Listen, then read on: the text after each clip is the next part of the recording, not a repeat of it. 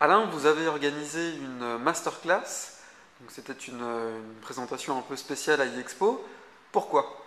Une masterclass, ça porte bien son nom, c'est effectivement une présentation un petit peu spéciale, dans le sens où on ne se contente pas, comme on le fait habituellement dans des ateliers de produits, de présenter le logiciel, mais on a voulu jouer notre rôle d'adhérent du GF2I, qui est l'association qui organise iExpo, en montrant, en essayant d'apporter notre pierre à toute la réflexion qui est menée actuellement autour de l'intelligence économique, de la veille et de son développement au sein des entreprises.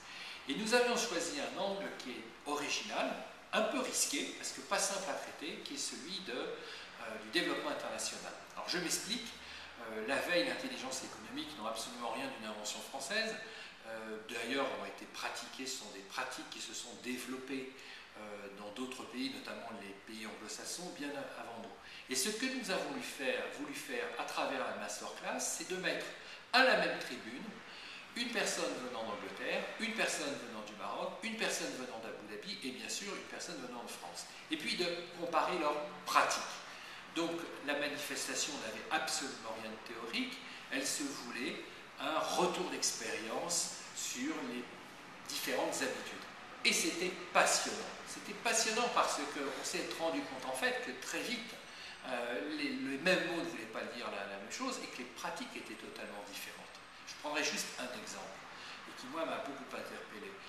Le Maroc est aujourd'hui en Afrique le pays le plus en pointe sur les pratiques d'intelligence économique. Alors le plus en pointe, ça veut dire qu'il a d'ailleurs sur certains projets rien à envier à ce que l'on fait en Europe et notamment en France. Ceci dit, le développement d'Internet est ce qu'il est au Maroc, même s'il est assez significatif, il est évidemment moins développé qu'il peut être aux États-Unis ou en Angleterre ou même en France.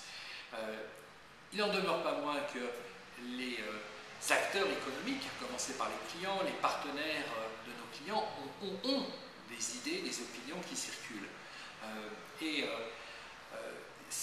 Dans ce pays s'est développé ce qui est devenu quasiment un leitmotiv national, une habitude de collecter au profit de son entreprise des informations sur le terrain, que ce soit dans des discussions avec des clients, avec des partenaires, voire des informations qu'on peut glaner sur des concurrents, et de faire en sorte qu'elles remontent le plus rapidement possible à la direction de la stratégie.